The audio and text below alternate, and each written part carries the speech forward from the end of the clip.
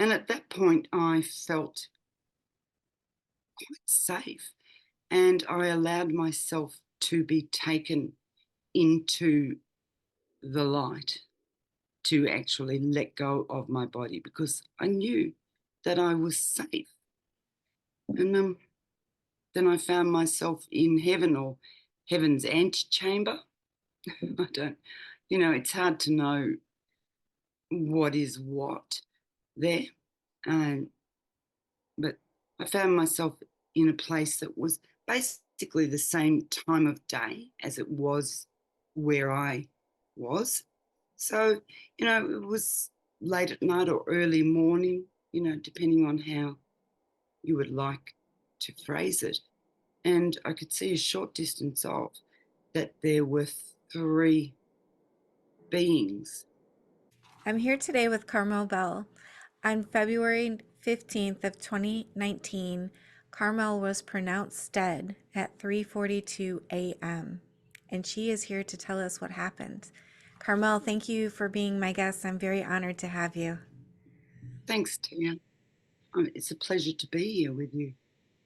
You've lived a life that has just been sprinkled with amazing experiences, spiritual experiences, but one especially was profound for you, and that was the middle of the night in February. What happened then? Well, there was a bit of a lead up to that. Um, when I was 14 years of age, Spirit told me that I would die when I was 47. So I always had this awareness that my life was going to be short, comparatively speaking, though at 14, that felt like forever, and I wasn't fussed. And I put that to this one side, but I spent my life from that point on doing as much as I could with my life and experiencing as much as I could. Like, for instance, I left home at 15, to strike out on my own, things like that. And anyway, I was coming up to 47, and I thought, gosh, this is the age I'm meant to die. So I got everything set in place. I went through my house, threw out everything I didn't want or love, got my wills into order and powers of attorney and so forth. And then I put it again to one side. And then February 14th, 2019, I was going to the wedding of my niece, and it started early. I think it was starting at about 6 p.m., maybe earlier. I really can't remember. And I was actually quite excited at going to this wedding. This is a little girl that I had helped raise, and she was just a beautiful human. And anyway, so I had a shower and laid out my dress and my shoes, and I went into the bathroom to put on my makeup.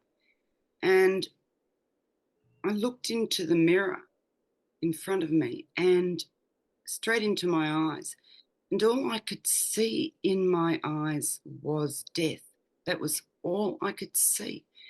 And I remember looking at myself and going, oh my God, Carmel, you are dead. And then I started to cry.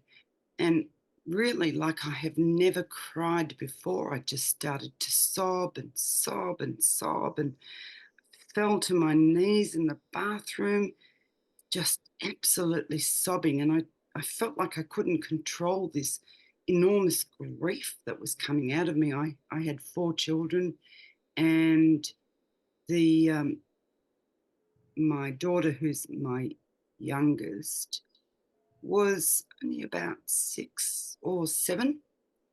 I have struggle remembering birth dates now. So she was really young, and then there was another one who's 2 years older than her, and I had another boy 5 years older than that, and he disabled, and then my oldest son. So I really didn't want to leave them. So I was in enormous grief at leaving them and at leaving my husband.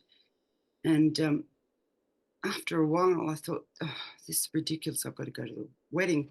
So I controlled myself, stood up, washed my face to get it as calm as I could, put on my makeup, put on my dress, and my husband came home from work, picked me up, and off we went to the wedding. And I had an absolutely wonderful night. It was beautiful. And then we came home at about midnight, a little bit before, and both of us got ready for bed, and we hopped into bed, and I fell asleep, which was really nice because I sometimes have a lot of trouble falling asleep. And the next thing I knew uh, was I found myself in my bedroom in the dark, standing on my feet, swaying a little, and looking, I looked down at the bed, and I'm thinking to myself, why am I awake? What am I doing standing up? This is crazy. I don't remember getting up. Anyway, I looked at my bed and I saw that there was a body in my bed where I sleep. And my actual first thought initially was, oh my God, who's broken in and broken into my bed? And then I looked a little bit closer and I realized it was me. And I'm just lying on my back, which is a very unusual position for me to sleep in. And my eyes were partly open. And I bent down and I looked into my eyes, and they were dull. They were lifeless. I thought, that is me, and I am dead. And then I felt panic coming on, and I thought, I'm not going to panic. I'm just not going to panic. There's a way out of this. So I tried to shake my body and I couldn't move it. And I thought, all right, I'll just get back in. So I laid down on top of my body, and I found myself suddenly standing up next to my body again. And in the meantime, I'm looking around, waiting for like the light, or as people call it, it's just really another dimension to appear. And I'm thinking, what will I do if it appears? Well, I'm not going, I'm not ready. And I thought I'll just run around the room, keep away from it. And I thought I need help. So I tried to wake my husband up, and he's lying in bed and asleep.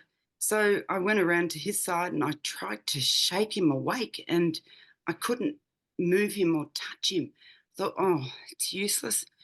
So I started to yell at him, and I'm in this room yelling at him, help me, I'm dead. Can't you see I'm dead? Bernie, wake up. I'm dead. He did not stir at all. And I don't know how long this went on for, but some considerable time. And when I really was just at the point, I thought, that's it, I'm dead.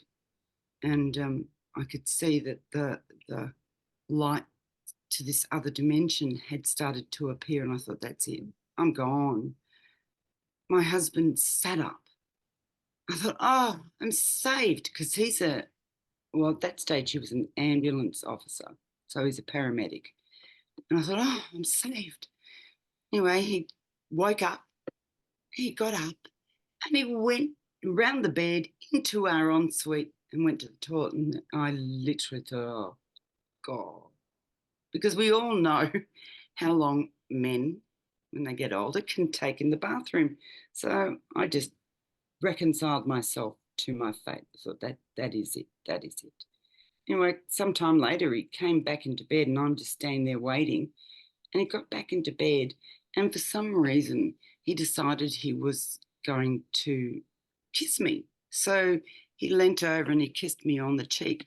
And then all of a sudden, he sat up and he went, oh my God, Carmel, what have you done? Because I had told him that I was going to die. And he didn't believe me. And snapped on the light, and he could see that I was blue. So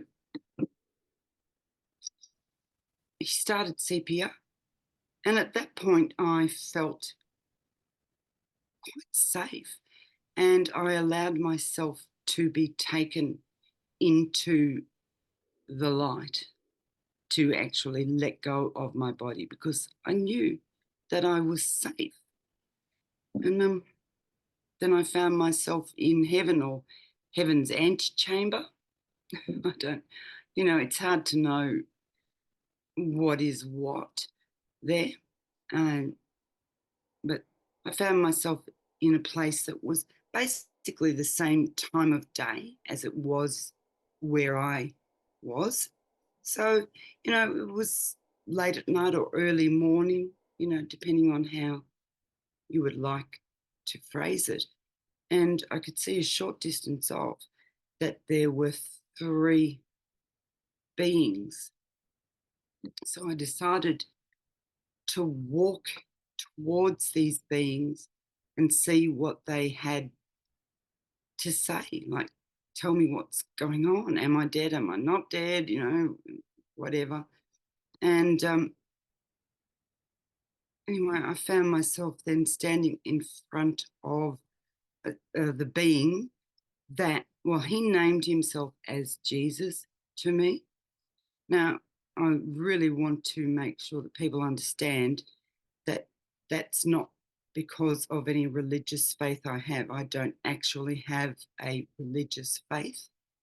Um, and I wouldn't have been surprised, you know, who it was there. But Jesus is the being that I know the most about and that I am the most familiar with. And he was there. And next to him was one of my guides that I'd worked with for a very long time. And then there was this very tall being who has to this day remained impossible for me to describe. And and he introduced himself as the Archangel Metatron. Now I'd been aware of Metatron, it's Metatron, for those who want to look it up. And I've been aware of Metatron for a very long time due to past experiences. And he is the bridge between man and spirit. So I wasn't surprised at these beings being there. And once I found them, I actually did feel safe. And I remember just being overwhelmed with grief again and falling to my knees again. And Jesus coming down to my level and holding me until I calmed down. And I asked him, am I dead? And he said, yes, you're dead. You have done what we asked you to do, which was to bring the energy we gave you to this world. It is now in this world and it will grow.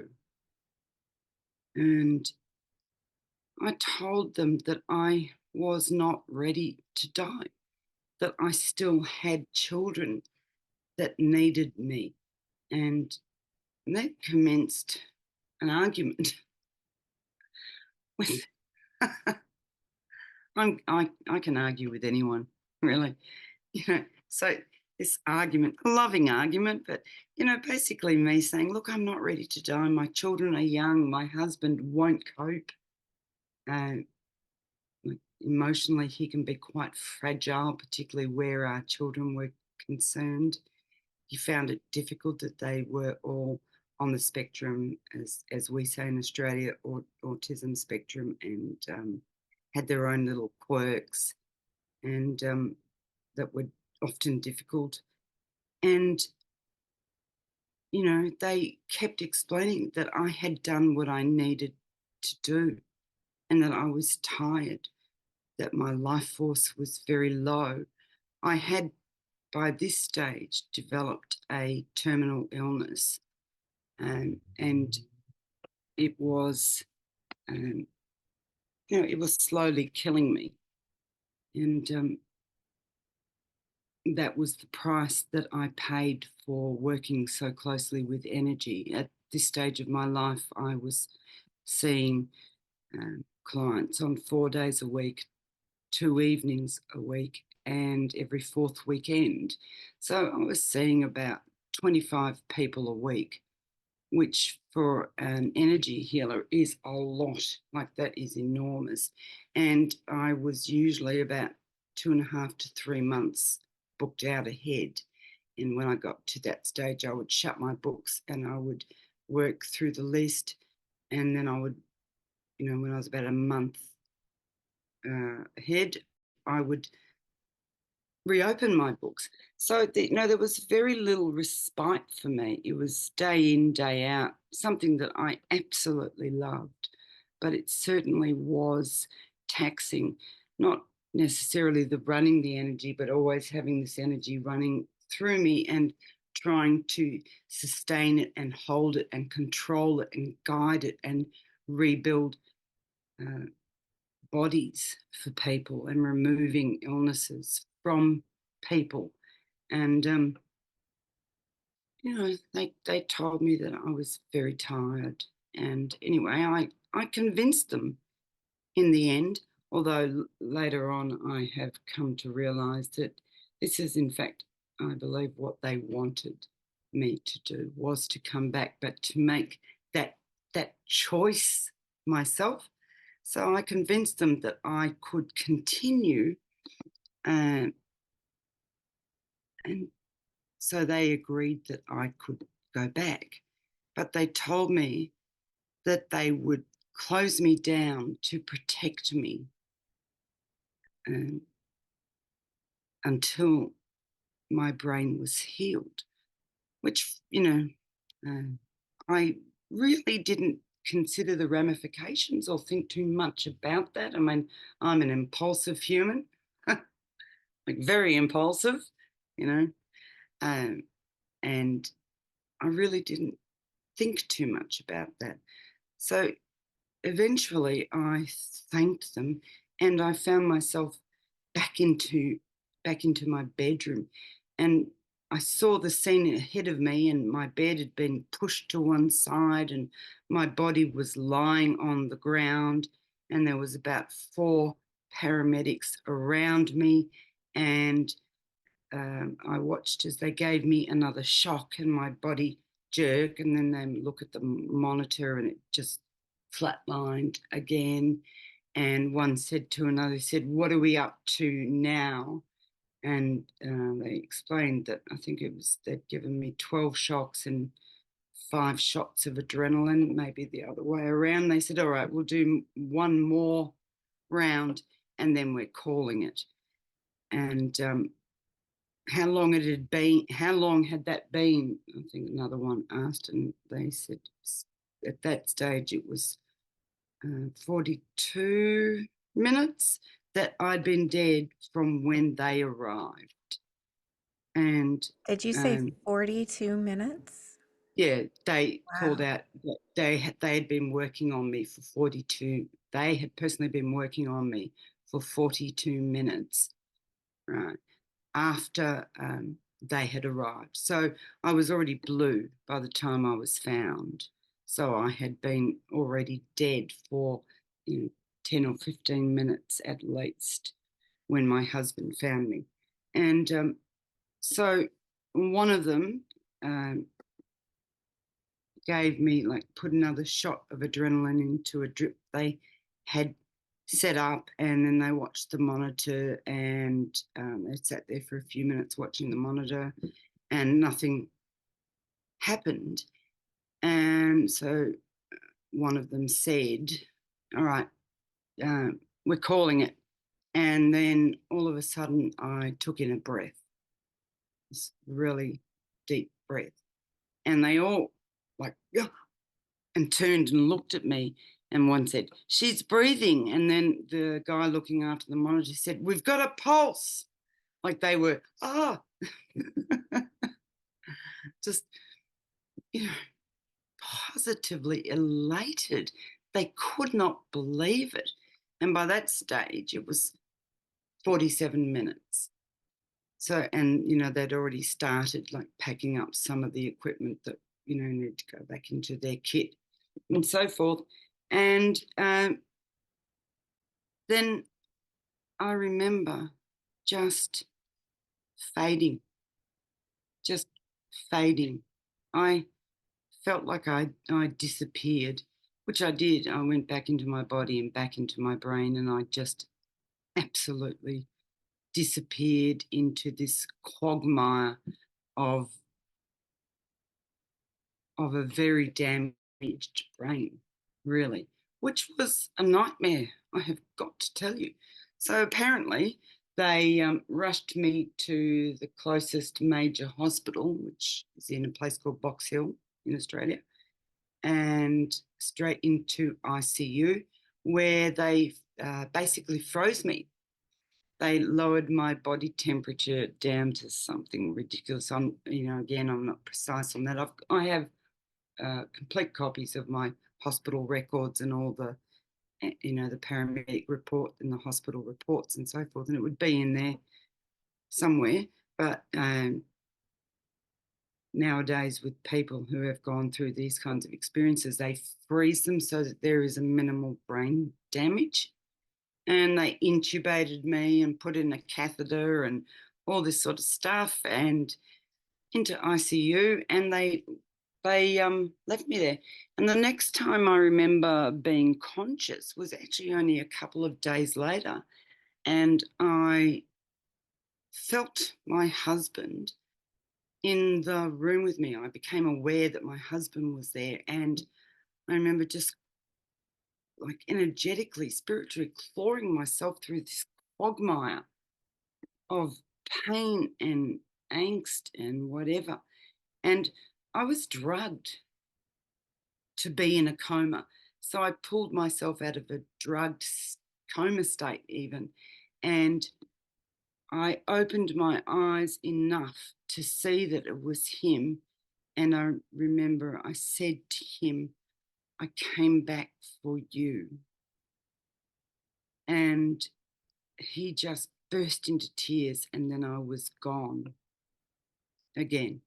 And I didn't regain consciousness for, it wasn't too many days. I think it was 3 or 4 days later when they started to give me drugs to bring me out of the coma to see how I was coping, which was absolutely hysterical because they thought that the drugs they'd given me, they told my husband, he told me that it would be that evening before I actually started to regain consciousness. Well, sometime during the day, and pretty much everybody was out of the ICU or off in there doing other things.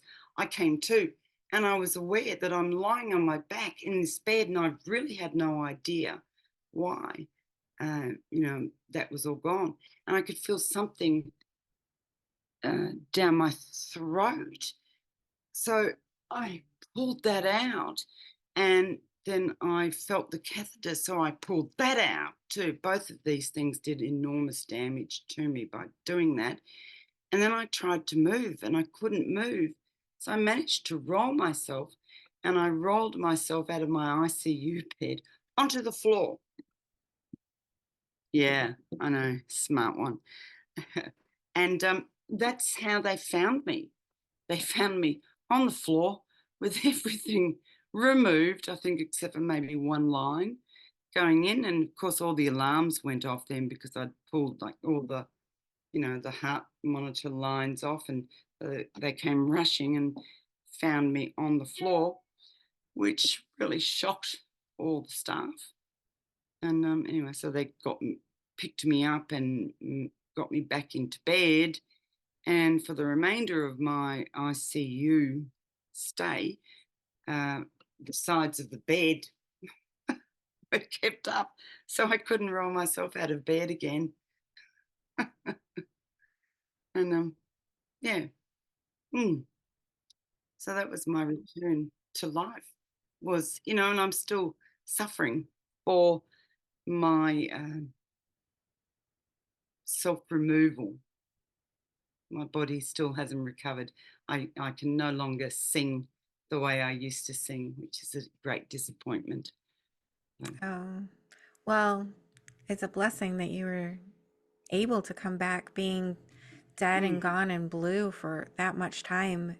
And mm. to, so, do you have any lingering damage just from the death part, not from the catheter or the Oh ventilator? yes, I definitely do have lingering damage. I I have to maintain my body very, very carefully. Like um, I have to be mindful about um, like that I eat healthy foods, high protein, that I um, maintain my balance.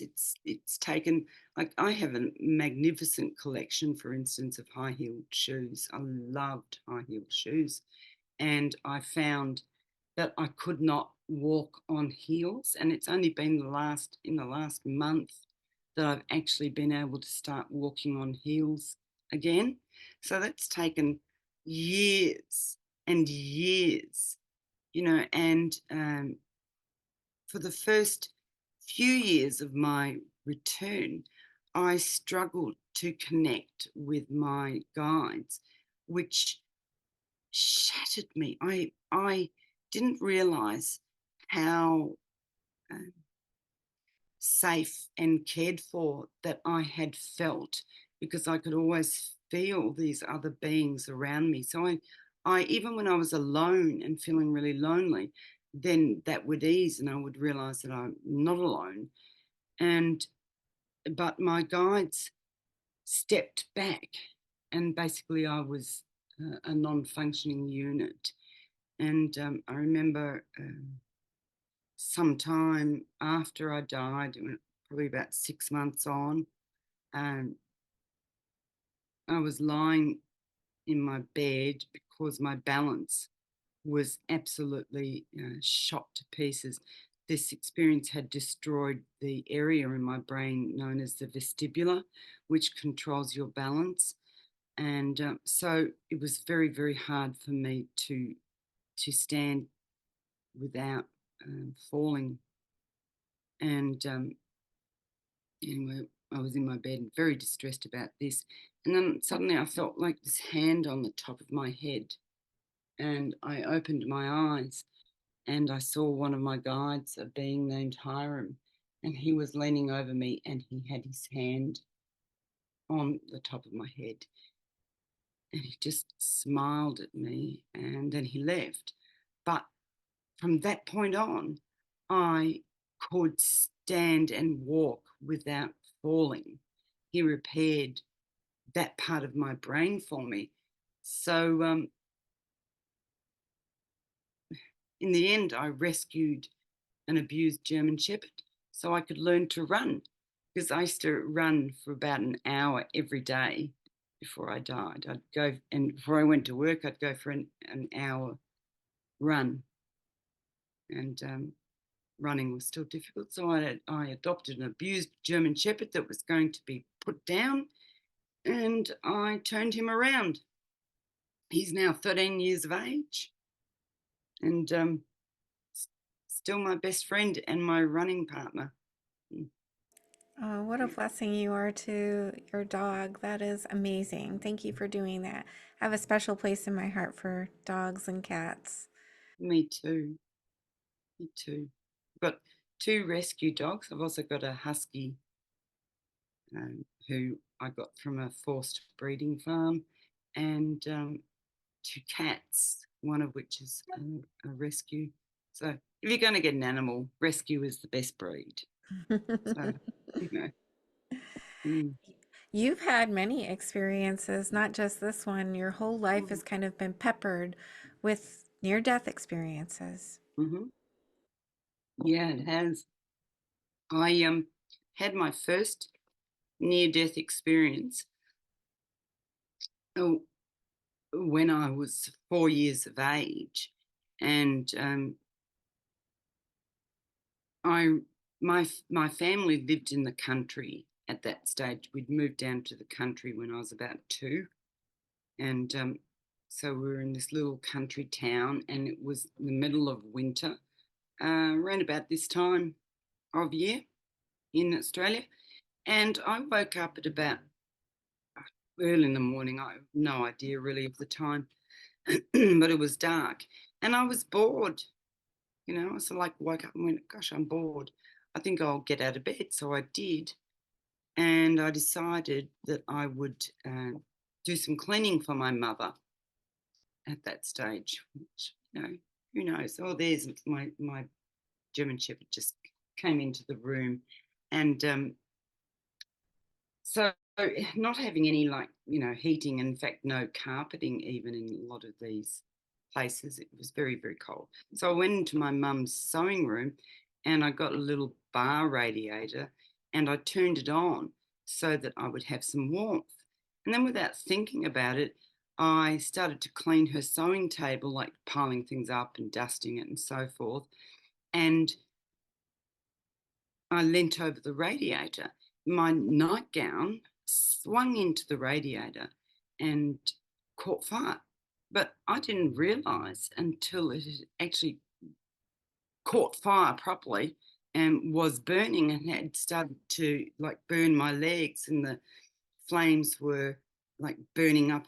I still have a reasonable amount of scarring over my body. And I'd tied a nylon scarf around my neck and head to keep my hair off my face, which I'd found in Mum's room. And anyway, seeing the flames, I just panicked and I ran. Anyway, I ran out of the room, got into the hallway where I just fell on the floor face down and lay there burning. And my father woke up for who knows what reason, and he saw a light on, and he said, "Oh, we've left a light on. Oh, well, I'll worry about it in the morning." And then he realized that the light was flickering. So he threw himself out of bed and he ran, and it sort of had like an L shaped or an S shaped even corridor. And he ran down the corridor and he found me on the floor burning. And so he began to pat the the flames out with his hands, and like first on my back, and then he rolled me over and patting me all over on the back. And by this stage, the nylon scarf had started to smolder around my neck and burning into my neck. And during that, I had my first near-death experience, and I didn't come back into my body until my father was like patting me quite firmly, obviously, all over.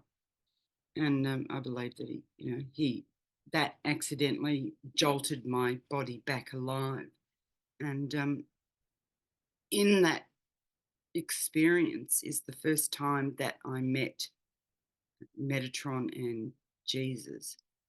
And we had a discussion then, uh, and they actually told me that they had like called me to them to tell me that I had a duty, that I had my job was to bring this energy, which was Metatron's energy, to this world. And I told them that I wanted to be a doctor, which was what I wanted to be. I was surrounded by medical people, um, and I wanted to be a doctor. And they said, "You will be a doctor who is not a doctor." I thought this is really bizarre, and and then I found myself alive again, and in the country hospital where I was bandaged. Back in those days, they used to put butter on burns. They didn't know about water and cooling and all that sort of stuff. So basically, they got me because the ambulances were shared over like huge tracts of land. So Dad drove me to hospital himself, and I was medicated for pain and bandaged up, and that's where I found myself. And that was my first near-death experience. Then I had my second one when I was nearly 18. I was 17. And, oh, sorry, in the first experience, they actually told me, because I asked them, who will help me? Like, am I going to be doing this on my own? They said, no, uh, a man named Bernie will help you. I thought, that's odd. I'd never heard that name before. It sounded like a bit of a strange name.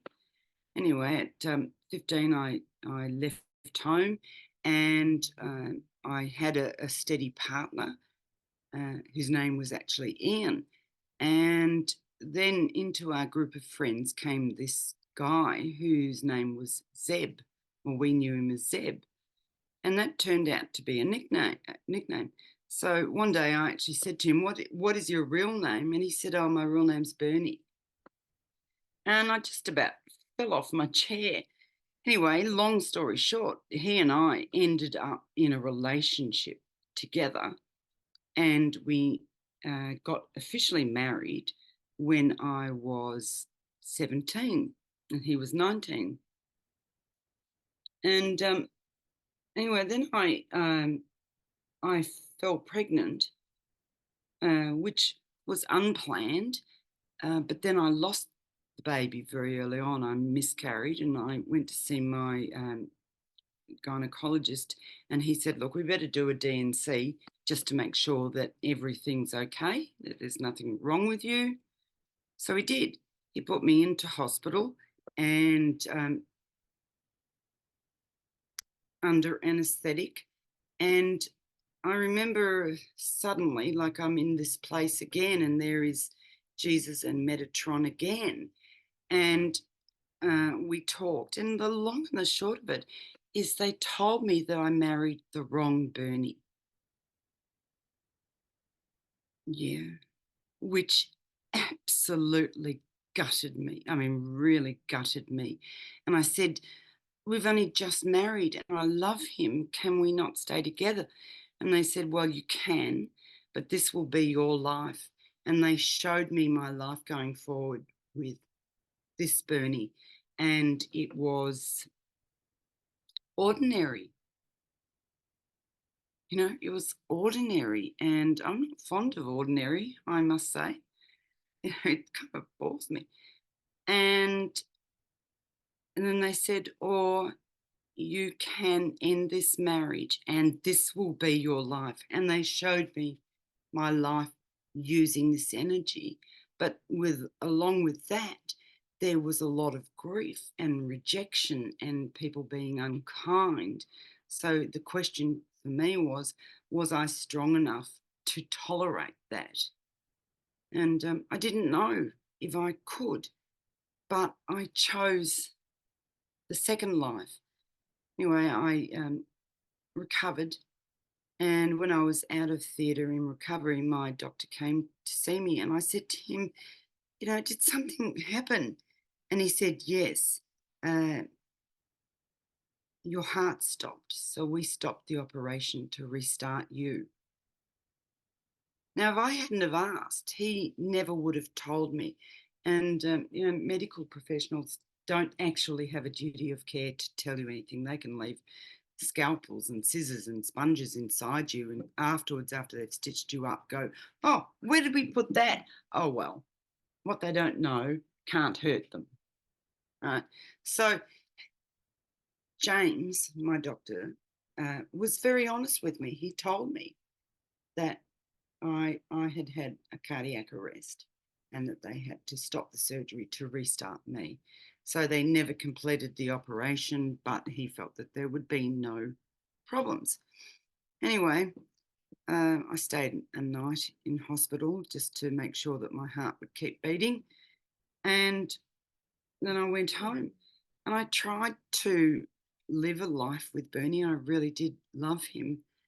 But he was actually, well, we both were bikies. Back then we both rode motorbikes, and we were both like young and stupid and crazy and all that sort of stuff. And then I found myself pregnant again. And I thought, gosh, well, I'm a bit stuck. I don't want to, whatever, do anything nasty. But our marriage just didn't work. in the end because he was far more interested in continuing to ride motorbikes. Don't blame him. And if I'd been him, I would have done the same. And I was more interested then in growing up and looking after our child.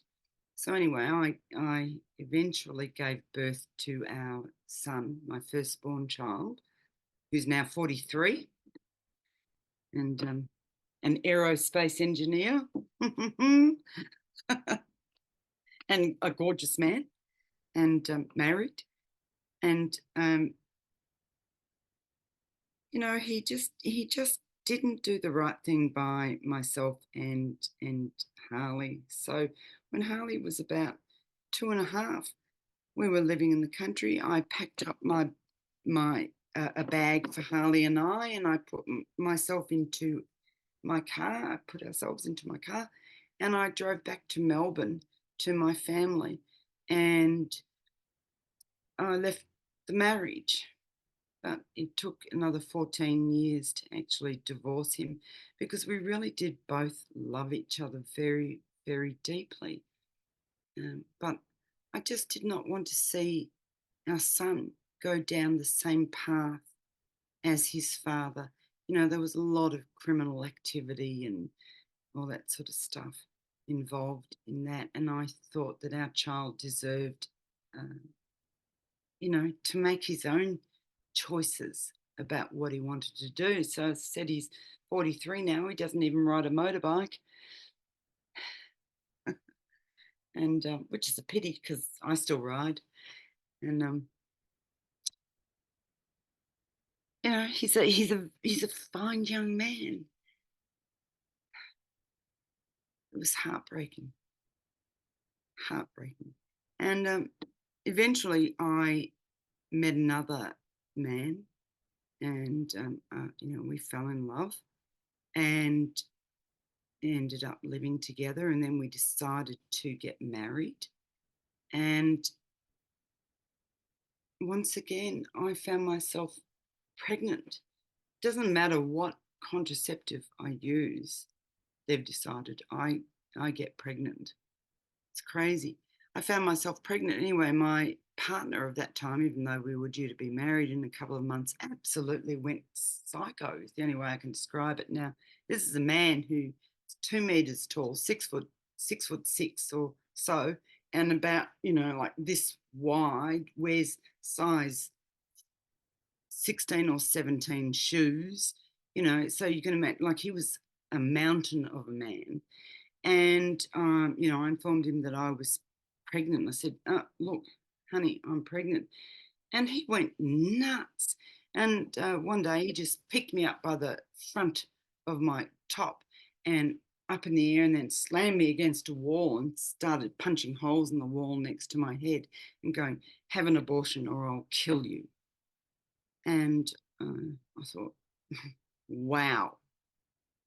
And for very specific reasons, I could not have an abortion. And so I just could not do it. So um, one weekend he was away. I packed up my belongings and that of my son's, and I moved out. And I had my son on my own. But legally, the biological father was meant to pay for the hospital stay and all that sort of stuff. So, and that's what our child protection agency had deemed. So he said, can I be there when the baby's born? I said, well, I don't really want you there, but you can be, you're paying for the hospital and my birth costs and so forth. So anyway, he was there beside me while I was labouring for this child to be born. It's, my eldest was 10 and a half years of age, and he just stood there, the father just stood there reading a book and ignoring the whole process. And then when I was pretty close, he leaned over me and he looked me in the face and he said, I hope the baby's born dead. And within a few minutes, our son was born, and he was born dead. And so the staff rushed him off to clear his airways and resuscitate him. And I started to bleed, and they couldn't get the bleeding to stop. They tried everything that they do, like drugs and whatever, to get the bleeding to stop, and they couldn't. So they rushed me off to surgery. And I remember as I was going, one of my sisters was there with me during this process, and I grabbed her and I said, "If I die, my sons are yours." And I knew that they would have a really good life if she was their mother. She's a brilliant mother. And into surgery I went. So while I'm in surgery, I remember coming to, and I was again in the same place that I had been in twice before. And again, Jesus and Metatron were there, and they explained to me that I had been, I had paid dearly for bringing this energy into the world, and that if I wished to give up, I could. And I said, no, I don't want to. I, basically, I will keep going. And anyway, they restarted me obviously along the way or whatever. And so that was a very brief episode, and transfused me with 6 units of blood and then more of saline solution, I suppose, whatever, the clear liquid. And that took months to get over because of the blood loss, and looking after my son, because he was also very sick, and very fragile. They actually told me he had cerebral palsy, and I said, that is not going to happen. I will not have that for my son. So I used the energy, Metatronic energy, and I healed him. So now he is 2 meters, 6'7", with size 17 shoes, as wide as you can imagine, absolutely gorgeous, works through a negotiator for our tax department, loves to dance, is one of the most kindest and gentlest men I know, and he has met his biological father about 4 times in his life. And you know what? He's fine. I would like them to have a relationship later on, if they can do it gently, but that's no longer up to me. Yeah. So basically, I had these 3 near-death experiences that led to the 4th one, uh, telling me, stay on this path, use this energy, pass it on. And I'd really had, so, I went on from there after the 3rd experience, and I did everything I could from that point on to train myself, to find people who could teach me how to connect to spirit when I wanted to, when I needed to, not just random, little messages popping in and out, and how to interpret energy. No, I actually developed that. I couldn't find anybody that could teach me that. So I developed that, and, made a system, and I started a college to teach people medical intuition, and I got medical intuition legally recognised in Australia, and so we have our own tax code. I don't know if many people will cheer me on for that. Like now they've got to pay tax on this, but I think if you earn, you should pay to the economy, and so I'm not fussed about that. So basically, I went through this whole process of really working hard to get medical intuition known. So, I then became the only non-medically trained person who is a member of the Integrative Medical Association. I have been across the UK and Europe teaching this. I've been to America two times, twice teaching teaching this to people with pretty terrific results. And so like I'm very, very proud of this. So when I died at 47, like by that stage, I was exhausted. I really was exhausted because I just did not have enough energy to see all the people that wanted to see me. And I knew that these people were desperate, and some people would get really angry at me, and I charged basically nothing at that stage. And they would get angry at me because I charged, and it would be like, you have no right to charge for a gift given to you by God. And my comeback is, well, what gift isn't given by God? You know, like an architect has a gift given by God, and a podiatrist has a gift given by God. What about nurses and doctors? Where did their gift come from?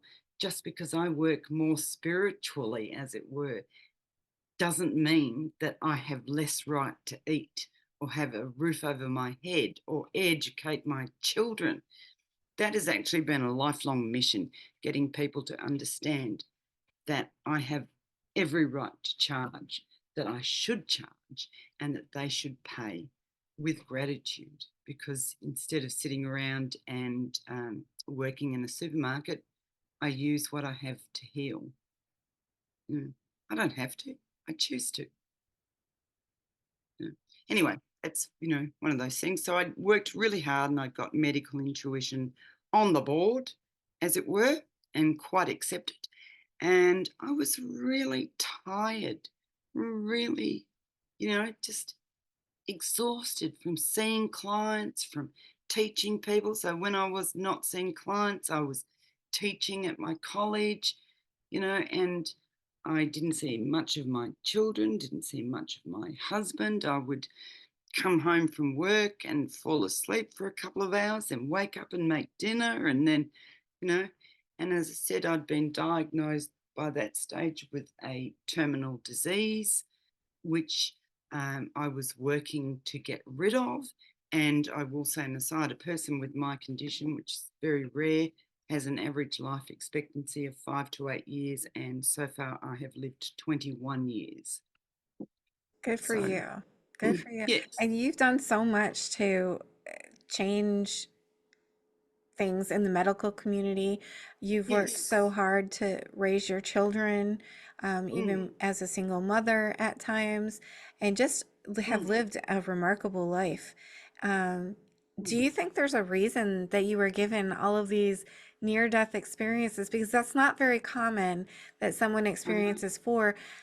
In Mm. addition to having the experiences, within these experiences, you were given great, I guess, gifts of not only spiritual gifts, but of advice as Mhm. well from Jesus and Metatron. So, do you think Yeah, that there was a purpose? Like you planned these near death experiences, or they were planned for you? they were planned for me. Because if you think about it, like what I do is very, very difficult to test, measure, quantify. Much easier nowadays that we have got new technology that can allow you to do it and so forth. But it wasn't that long ago that people were being burnt at the stake, you know, for this kind of thing. Like that is recent history, really. And to this day, people are often rejected and isolated because they have a more spiritual belief. And even for me, like when my kids were young and going to school, particularly the two younger ones, um, none of the parents at their school would talk to me because one of the other mothers had been a client of mine. She had told them what I do, and they decided that I was too weird for their children to play with my children. So I'd walk into the schoolyard, they would turn their backs on me They wouldn't respond when I spoke, and their children weren't allowed to play with my children, right? So my kids were bullied, like they spent their lunchtimes walking around by themselves because the other kids, even kids they'd made really good friendships with, weren't allowed to play with them, And so in the end, I actually laid a complaint against that school because even the teachers got involved, and I moved my kids into other schools where they thrived. So, they've all done really well, so that was probably far for the, like, it was for the best, but um, yeah, you have to have tremendous courage and strength to do this, and even my family were rejectful. Like when I first started displaying these gifts, in the end, um, a doctor that my parents took me to see decided that I was mentally ill and tried to have me uh, put into a mental institution. And I was 14. And fortunately, my father took me along to be admitted, and he sat there with me waiting for the intake nurse to come. And after about 10 minutes of sitting there, he took my hand and he said, "Come on, Carmel, you don't belong here. We're leaving." So he walked me out of there. And, just the rejection that I have experienced, and that's why my first Bernie failed, is because he did not believe in this. I wouldn't have been able to be what I am in partnership with him. So, second husband is also named Bernie. I've married twice and both to a Bernie. And so, And is this the Bernie that they were talking about then? yes, this is the Bernie they were talking about. Yes, yes. And, we met in the crazy, stupidest way because when he and I met, I was actually a fashion designer and dressmaker and a part time clairvoyant kind of thing. But fashion design was my first profession. And one day I took a lunch break from, my studio to have a rest. And I went outside and got the local paper. And I thought I'll have a read through the local paper. And I just opened it up at a random page and glanced down. And this, block ad caught my eye. And it was to learn clinical massage starting that day. And now I don't like massage. I don't actually find it, I did find it very difficult being touched because of the burns. So, I was like touch sensitive. I thought this is odd. Oh, surely they'll have models for us to practice on. So, anyway, I rang them up, this school, and I said, I would like to enroll, how much? And they told me. And I popped in my car, drove to the school, which was, about 2 miles away, fortunately, and enrolled. Came back home, picked up my son from school, did all the cooking, for his dinner, etc., etc., and then that evening headed off to this massage school. And I remember walking into the studio room, and there were like seats all lined up, about 40 seats in the room. And I went up the front and sat in like the second from the front row by myself, minding my own business. And then I heard in my head, "Turn around, he's here." So I glanced over my shoulder just as this man was walking into the room amongst a group of other people. And he looked up at me and our eyes met. And all I can really remember is seeing the most blue eyes I had ever seen in my life. They were azure and brilliant. And we just like, I could feel this instant connection. But he was everything I'd never been out with. Like he had honey blonde hair, he had a moustache, he was short, And so far in my life, like I'd only ever really gone out with tall men and men with either clean shaven or full beards, right? And dark hair. So, and brown eyes, like all my partners had brown eyes. And he was this blonde-haired, blue-eyed, short man with the most enormous shoulders, like it's incredible physique. It was obvious that this was a really strong man. Anyway, he actually came up and he sat next to me because he felt the same spark, right? And he said, "Hi, I'm Bernie." And the rest is history. And the rest is history. Wow, that's a beautiful story. Mm, Thank you so yeah. much for sharing all of your beautiful experiences with us. If my viewers wanted to reach out to you, how can they find you? Easily on Facebook, Carmel Bell Medical Intuitive, on LinkedIn, Carmel Bell um, Medical Intuitive, on Instagram and Twitter, same thing, or send me an email to carmel.bell@yahoo.com. If you had one message that you would hope the viewers would take away from our conversation today, what would that be? I've thought about this for so many years, and the message I want everybody to heed is be kind. It costs nothing. Be kind to strange people. Be kind to animals.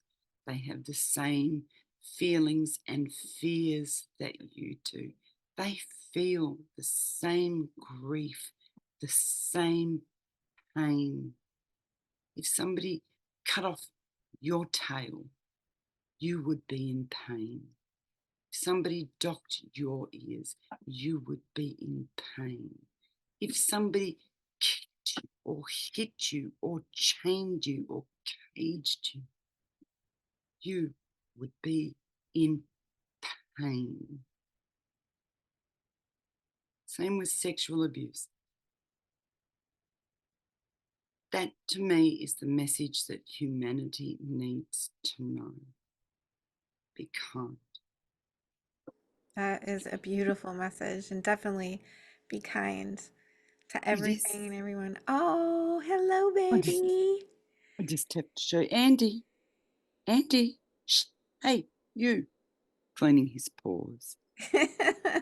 That is a very old dog. He's 13. beautiful. Yeah, thank you to me. He definitely is. And more than 2 years ago, I was advised by a vet to put him down. So I fixed him myself. I thought, never worked with animals, and I thought I can do this. So all the problems they couldn't fix, I fixed. Good for you. Thank Thank you. God. Thank you, It's been Carmel, lovely so much. talking to you. This has Been been lovely. beautiful for me. I really appreciate it. You're welcome. You're welcome. Thank you for being such a fantastic host. Thank you for being here. I just want to tell you how much I appreciate you being here and supporting my channel. If you haven't already subscribed, please consider subscribing if you enjoy near death experiences and other spiritually transformative stories. It helps the algorithm know that this information is useful and push it out to more people. And that's the goal, to get as many people to know that we are eternal spiritual beings and that we never die. Our bodies might die, but our essence will never die. And I want people to live with less fear. Let's all spread the word. Like, comment, subscribe, share, hit that little notification bell so you get all the notifications when my videos post. Thank you for all of your support. I'm sending love to you.